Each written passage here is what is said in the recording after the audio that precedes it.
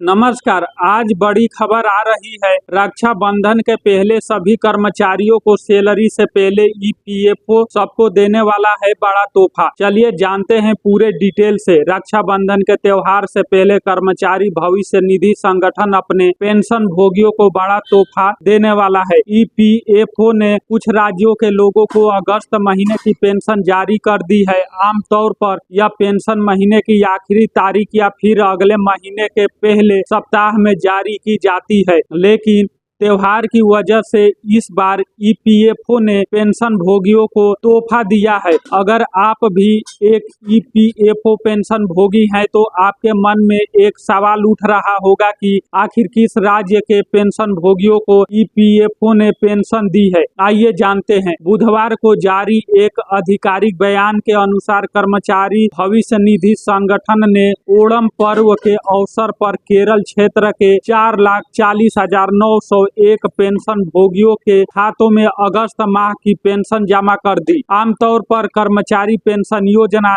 EPS 1995 के तहत मासिक पेंशन का भुगतान महीने के अंत में किया जाता है, लेकिन ओणम उत्सव को ध्यान में रखते हुए ईपीएफओ ने इस बार विशेष निर्णय लेते हुए 26 अगस्त 2026 को ही पेंशन जारी कर दी। इससे लाखों पेंशन भोगियों को त्योहार से पहले वित्तीय सहायता उपलब्ध हो गई। ईपीएफओ ने बताया कि पेंशन राशि केंद्रीकृत पेंशन भुगतान प्रणाली के माध्यम से सीधे लाभार्थियों के बैंक खातों में भेजी गई है। यह प्रणाली देश भर में पेंशन भुगतान की प्रक्रिया को अधिक तेज, पारदर्शी और सुगम बनाती है। संगठन के अनुसार ईपीएफओ सामाजिक सुरक्षा लाभों की समय पर डिलीवरी निश्चित करने के लिए लगातार प्रयासरत है। तकनीकी आधारित सुधारों और नागरिक केंद्रित पहलों के माध्यम से पेंशन सेवाओं को और बेहतर बनाया जा रहा है। ईपीएफओ ने हाल ही में अपनी नई केंद्रीकृत पेंशन भुगतान प्रणाली को सभी पेंशन वितरण कार्यालयों में पूरी तरह लागू कर दिया है। यह नई व्यवस्था पूर्व की केंद्रीकृत प्रणाली में काफी अलग है, जिससे प्रत्येक क्षेत्र में और संभागीय कार्यालय समिति संख्या में बैंकों के साथ अलग अलग समझौते करता है। नई सीपीएस व्यवस्था के तहत पेंशन भोगी अब किसी भी बैंक के माध्यम से अपनी पेंशन प्राप्त कर सकते हैं। पेंशन शुरू होने के समय